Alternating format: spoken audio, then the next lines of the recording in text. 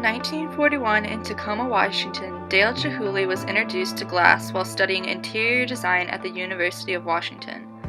After graduating in 1965, Chihuly enrolled in the first glass program in the country at the University of Wisconsin.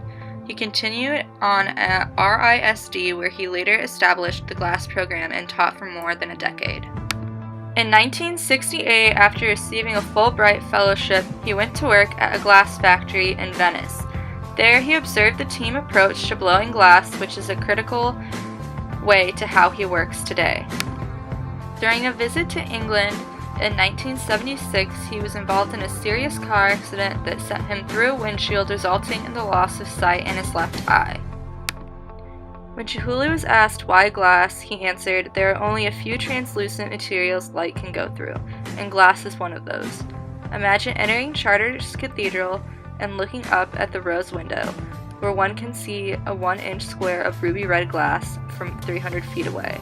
I have always been attracted to the way light passes through glass.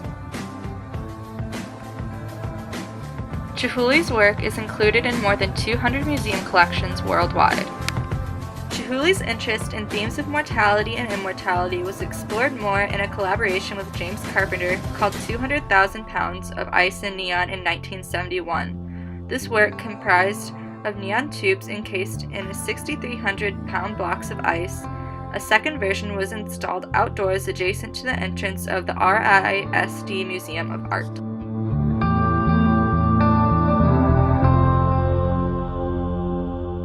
Chihuly and Carpenter collaborated once again on a project called Glass Forest, which involved fused glass and technology to give off the effect of nature.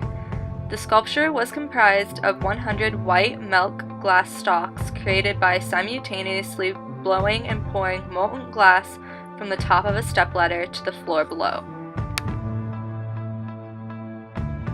The first piece of artwork I'm going to talk about is the Bridge of Glass. The Bridge of Glass is a 500-foot pedestrian-covered footbridge in Tacoma, Washington. It was opened in 2002 as a gift to the city. The bridge is made of concrete and steel, which features more than 2,000 pieces of Chihuly's colorful artwork.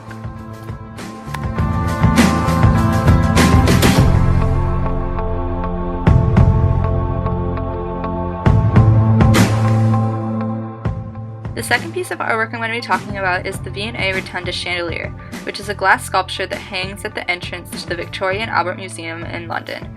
It was installed in 1999. The top and bottom of the chandelier are composed or fused of relatively small swirling tendrils and sharp protruding edges that extend outward from every side. The top of the chandelier consists of light blue glass, which then develops into shades of yellow and green. The second piece of artwork I'm going to be talking about is the Crystal Gate. The Crystal Gate contains more than 200,000 hand-blown crystals. The Crystal Gate reaches 200 feet to the sky, and it was installed in 1998 at the Atlantis Resort Paradise Islands in the Bahamas.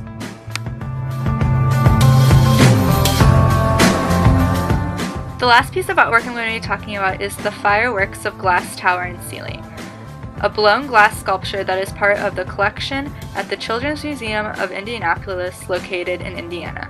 The tower sits on a glass base, a pergola ceiling, and rises through the center of the museum's spiraling ramp system. This piece was created in 2006 and is his largest installed glass sculpture. It is composed of 3,200 pieces of red, yellow, and blue blown glass, and a pergola ceiling made up of 1,600 pieces of multicolored glass. The piece of artwork that I chose that best represents Dale Chihuly is actually an exhibit that he did called Glass and Garden. The exhibit opened May 21st, 2012 at the Seattle Center. The installation included a 100-foot long sculpture, which is one of Chihuly's largest suspended sculptures. The reason I chose an exhibit is because it displays all sorts of different glass sculptures. Chihuly never had a favorite piece, so I chose this because I couldn't choose just one piece of artwork to describe him.